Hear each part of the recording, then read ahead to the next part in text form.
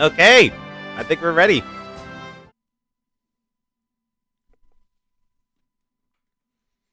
Can y'all hear me all right? I'm assuming you can.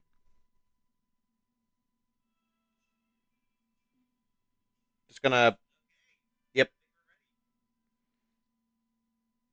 Don't know if they'll be able to hear you, Lorana. Mind speaking up? Hello, everybody.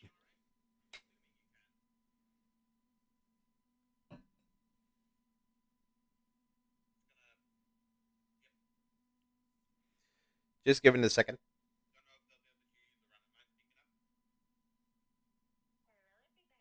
There we go. Yep. Audio's all good. Hello, quacking beast. Anyway, all that aside, I think we're ready to begin. So, hello, my co-highs. Hope you're all doing well. I'm your host, Tyranno Senpai, and I am joined by Lorana for Prehistoric Kingdom's August Dev Diary. Woo. And if you've seen the thumbnail, well, you know what's in store. So, I'm just going to go ahead and get right to it. Of course, as a reminder, help support Prehistoric Kingdom like on Patreon and purchase on Steam and, of course, purchase on Epic. Because right now is the best time to get it. You might, I don't know if their sale is still going on. It might be, and it might not be. I don't remember. But now is the best time to get it because now, as of the last update, we finally got paleobotany. We have feeding enrichments for the dinosaurs, and we now also have breeding. So your dinosaurs will now have eggs and babies of their own, which adds even more realism to the experience. So now is the best time to start getting Prehistoric Kingdom if you had any doubts whatsoever. And without that, let's get out of the way. Welcome to the... What? It is never a stream unless you mess up one. It really isn't. Oh, yeah. I guess I should go ahead and share my screen so you can see what I see.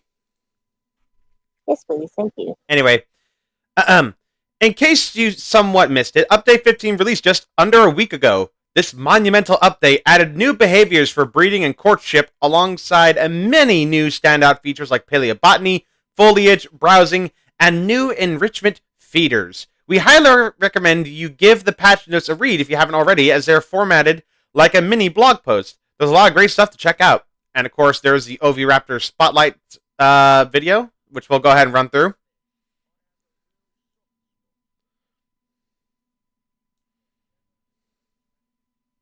There we go. It is so pretty. Oh, it's gorgeous.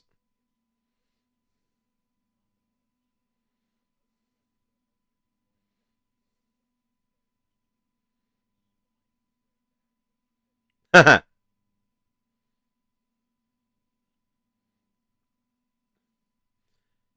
there you go. A glimpse into the Oviraptor.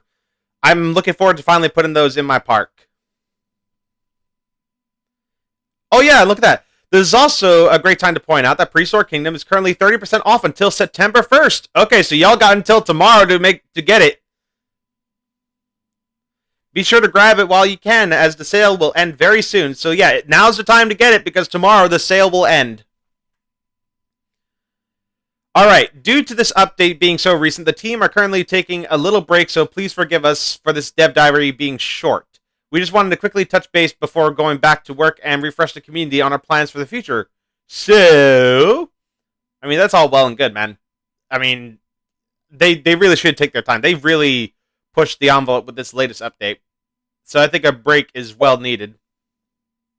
And as we know, like, art takes time. Oh, yes, indeed. Anyway, state of development.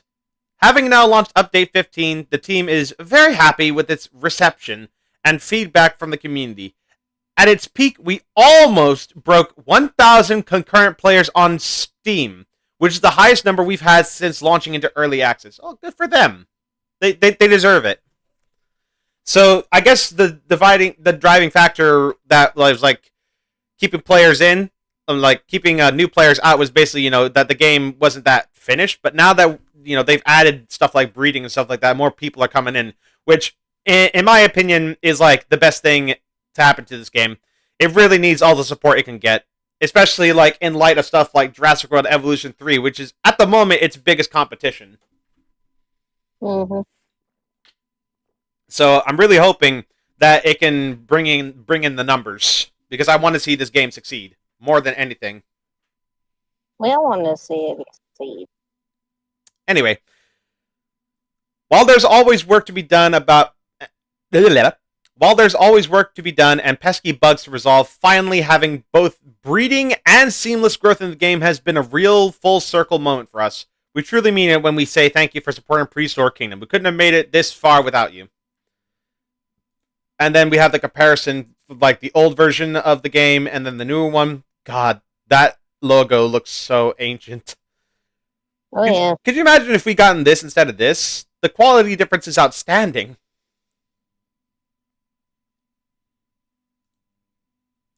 Comparison by Discord user Assassin Spino. Anyway.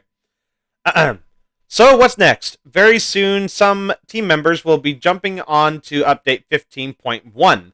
This release will add the remaining features from Update 15 that we were not ready to ship, as well as addressing some reported issues such as pregnancies randomly disappearing. Here's our original quote from the patch notes. Although this is not how we planned to ship Update 15, unfortunate circumstances over the last few weeks have meant that we have elected to prioritize the well-being of our team members and focus on the core breeding mechanics. These features will be arriving in a second update coming in September, so literally next month. Anytime between now and the end of September, we're getting another little patch, which honestly I'm all for, because I noticed that like there was no head IK, but I guess this is one of the things that was cut short, which is understandable. Yeah, we got head IK, interspecies threat displayed and fleeing. However, this can occur during courtship right now. We apologize and hope you can respect our decision on this. The team currently expects Update 15.1 to arrive before the end of September, only a few weeks away. Understandable. Again, if they need more time, then that's fine. I mean, the breeding and paleobotany and browsing and feeding enrichments was already enough for me. Also, they're a smaller company than Jurassic World Evolution is. Yeah. So they definitely need as much time as they can get. Yeah, this isn't like a AAA, like, huge gaming studio. It's an indie development team. So you can expect things to not, like, be perfect right out the gate. Anyway. The road ahead. Update 16. Alright, now we're getting to the meat and potatoes of this. After working on 2 major animal-related updates back-to-back, it's safe to say our team is feeling ready to move on to something that doesn't relate to growth or breeding. While Update 15.1 gets worked on, the rest of the team will be entering pre-production for Update 16. This will be another huge and frankly transformative update. This time focus on expanding the gameplay and park management experience. While we aren't ready to divulge the exact details of everything coming, you'll start to see more images and info over the next few months. For now, here's a taste of what we're looking at. And the first thing we have is vivariums, which are demonstrated by these 3 images. We have amphibious, so this will likely be used for our amphibians and stuff like that, or like fish. Arboreal for stuff in the trees, and terrestrial for land creatures, as so demonstrated by the Cymosuchus. Vivariums. By the way, speaking of Cymosuchus, when you said amphibious, you mean also crocodiles, other species of crocodile morphs. Yep. Anyway. Ad break. Sorry, I didn't realize there was an ad going on. Anyway.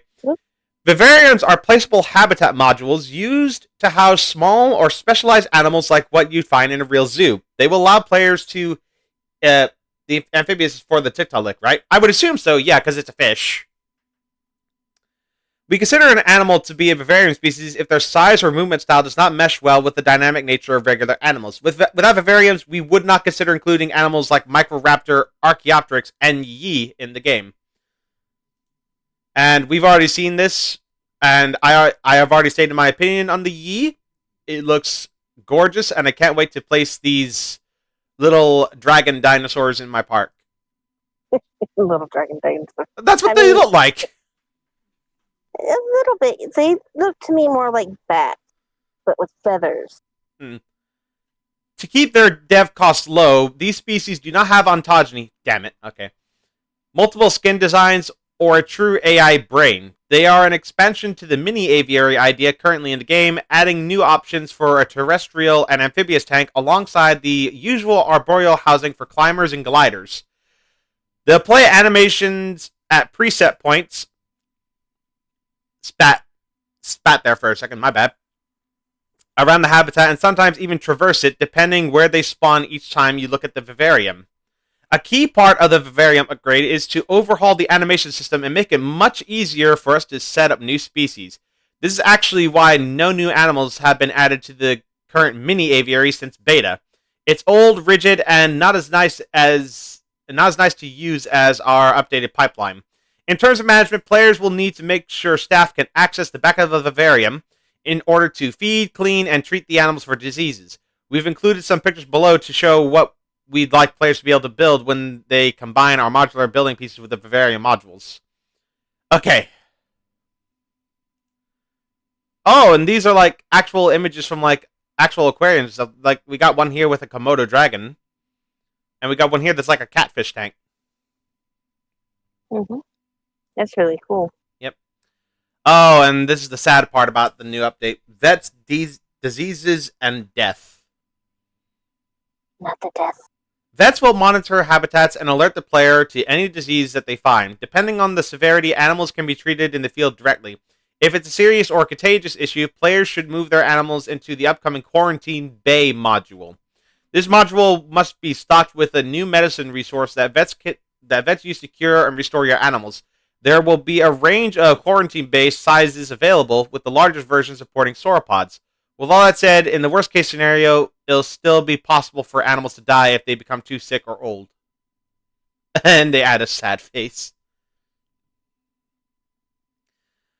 Oh dear. Alright, flat rides. Here we go. Flat rides are a new type of attraction that can provide guests with entertainment or a better look at your animals. As mentioned in the January dev diary, flat rides include things like a Ferris wheel, theater, or a tethered balloon ride that goes straight up to provide a vantage point.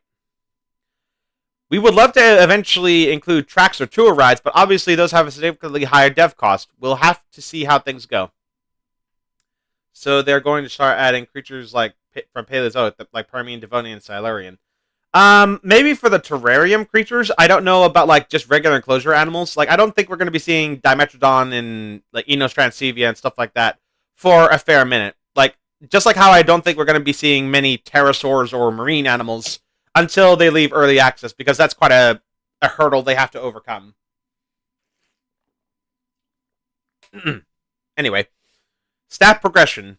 To make things more cohesive, staff training and salary management will be merged into a unified system, letting players individually train staff. For some reason, I have a hair in my mouth. As the skill level of a staff member goes up, so does their salary. If they become too expensive, the player may have to demote them and lose access to their skills until promoting them again. Huh. Okay. We have a few other ideas cooking on how to improve the staff experience, but we'd like to wait a little bit longer before announcing any specifics. Since the remaining updates until full release are equally large, we estimate the minimum development window between releases to be around 3 to 4 months, basically what you already used to. As always, you can check out our roadmap to see what's on the way, and we'll keep you in the loop if things change. That's always good to know. Alright, update 16. New vivarium species. There's something chirping in the bushes, and it's not a bird. This must be the tiny Jurassic theropod Compsognathus. Our little finger biter here may be one of the smallest animals of Prehistoric Kingdom, ending up a little shorter than a baby velociraptor. And this is our first time actually getting a look at the model for the Compsognathus, because all we had before was just like an artist render. And what can I say? It's adorable. I like this. Like, it is so cute. Like it's definitely not the Lost World like Compsognathus, but that's not a negative comment. That's actually a good thing, because like you would expect accuracy, and this compy scratches an itch. Like it's covered in fluff. The wrists are like pointing in the proper direction. It's got like scaly legs like a bird, and its little face is just adorable. And I don't think we need to question the validity of Compsognathus. I think that debate was, resolved long ago. That Compsognathus is, in fact, a valid species, so it's totally fine to be in the game. However, I will say, though, that Compsognathus might actually be bigger than we thought, so it might actually need a bit of a size buff. Because now there are some recent findings, I believe, if the information I have is accurate, that it's actually a lot closer to the size of Velociraptor than we initially thought. So, yeah, it might actually end up being bigger. Anyway, compies are similarly sized land critters, and similarly sized land critters will be housed in the terrestrial vivarium, making it easy to keep track of them. We can't wait to show more pictures once we've started properly developing their habitats. They're going to be so much fun. And this is the thumbnail. We're looking at... this is like a different looking terrarium than I'm used to seeing. Because like right now, the terrariums, or I guess the mini aviaries as they are now, it's just like a cage where you can just choose the environment. This, it looks like it might follow the same sort of principle, but obviously it'll be more caged in. I'm curious, like, if these terrariums will also have the option to have the walls be invisible. So, like, you can make it seem like they're actually in an enclosure, like, out in the world, but they're really not. I really hope that's the case. I mean, if not, then I hope it's that way with the arboreal ones, because I would hate to cage my Microraptors or Archaeopteryx that way. That wouldn't sit right with me. Anyway, and that's all for the moment. Oh, dang. Okay, that's it. We'll see you next month for September's diary as we move deeper into working on Update 16. In the meantime, there's quite a lot of play within Update 15, so we hope you enjoy everything we just added. Okay, and then we got some screenshots here. We got one of a Gallimimus wading through a swamp. I wonder if they're going to mock the old reconstructions of the swimmer compy with duck feet. Who knows? But yeah, we got like a Gallimimus like in a swamp. This screenshot is gorgeous, by the way. I love the lighting in this. Mm. And then next we have one of 3 oviraptors. We got 2 females and a male here. Really nice. They're just like, their eyes just say that they've seen so much that they wish they hadn't seen. Then we got another one, another Gallimimus, in what looks like an Asia-themed habitat, which looks beautiful, by the way. Look at all these structures. Like, this had to have taken a lot of time to make. Yeah. And we got another Gallimimus. Just, like, laying eggs. Then we got this. This looks like a part of a shelter for, like, I guess, like, cave lions, given, like, the silhouette there. Very nicely done. And that's it. Okay. Don't forget to keep your eyes peeled for update 15.1 and keep posting all those gorgeous screenshots on our Discord server. Yeah, this was a bit of a short one, but we did get a couple of reveals, how disease is going to work, that we're going to be getting flat rides and all that such. And, of course, the reveal of the Compsognathus. I was hoping we would see a few more, because I know Simasuchus and Tiktaalik are also going to be coming in the next update. But oh well, that's just the way the cookie crumbles. I'm very excited. I can't wait to see, actually, what does the next update entail? I actually want to quickly do a look at the roadmap. Update 50.1, dynamic social hierarchy, threat, flee encounters, animals look at targets, wellness staff, flat rides, vivariums.